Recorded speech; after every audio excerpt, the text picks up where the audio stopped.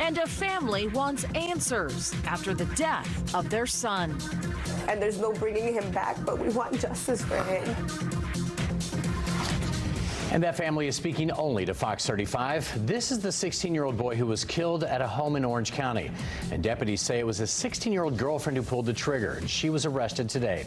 Good evening. I'm John Brown. Thanks for joining us. I'm Luann Sorrell. Deputies say the victim is the one who brought that gun to the home. Fox 35's Hannah McKenzie is live in Orange County tonight. So, Hannah, you spoke exclusively with that boy's family tonight after the arrest. What did they say? Well, his parents told me that they didn't know their son had a gun. They want to find out how he got his hands on one. They tell me everyone connected to this incident needs to be held accountable, and they say that starts with the person who pulled the trigger. A 16-year-old girl now charged with aggravated manslaughter of a child after Orange County Sheriff's detectives say she shot and killed 16-year-old David Anthony Vargas Acker. He did like this, like, don't shoot me. Like, don't shoot me. He has a gun shot through his hand, and it went through his cheek and through the back of his head. So if somebody's telling you don't shoot and you shoot, that's intentional. According to the sheriff's office, Acker brought the gun to a home on Easton Street on July 30th.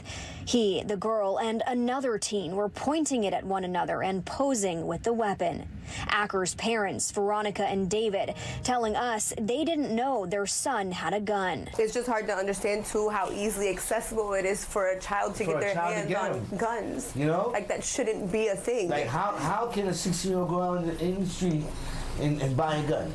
Acker was a middle child, but the one everyone turned to for advice or help. Honestly, there's nothing we wouldn't do to switch places with him. That's an older sibling's job. You're supposed to protect the young ones. No matter how much she gets in, like, jail, prison, or whatever, my little brother's not gonna come back. As the family grapples with grief, We actually all got matching tattoos for him. their focus is split, also holding out for justice. Imagine it was your 16-year-old that was taken from you when he had a whole life in front of him.